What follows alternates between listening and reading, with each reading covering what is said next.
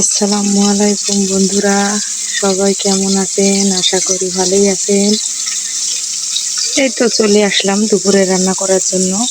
এখানে আলু, বাগুন, টমেটো, পেঁপে দিয়ে পুরপুরি করব মাছ দিয়ে।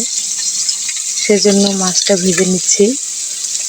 আর এখানে ডাল রান্না করব, ডালটা সেদ্ধ হয়ে গেছে। সাথে থেকে রান্নাটা অবশ্যই দেখুন, কেমন হলো কমেন্টে জানাবেন।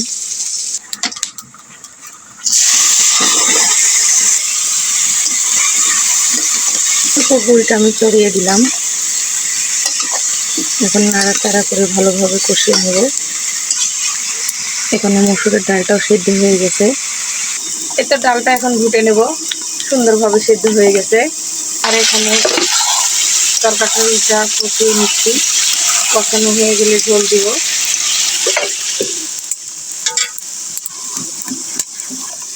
ডাল রান্না করার জন্য গরম পানি করে রাখছি। খুব তাড়াতাড়ি হয়ে যায় গরম পানি করে রাখলে। তো এই যে আমার ডালটা ঘোটা হয়ে গেছে, এখন ঝোল দিয়ে দিব।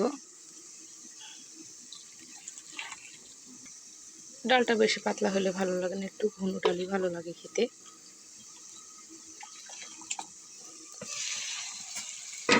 তরকারিটা খুব সুন্দরভাবে পরিমাপ মতো পানি দিয়ে দেব। এখন মাছগুলো দিয়ে দেব।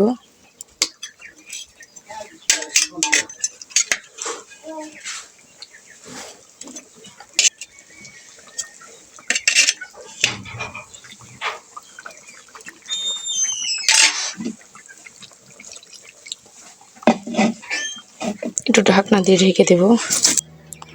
এই যে বন্ধুরা, আমার তরকারির ফাইনাল লুক। তো কেমন হলো সবাই একটু জানাবেন। ভাতটা এখনো হয়নি, ভাতটা চুলার উপরে বসিয়ে দিলাম। সবাই ভালো থাকবেন। আজ এই পর্যন্তই।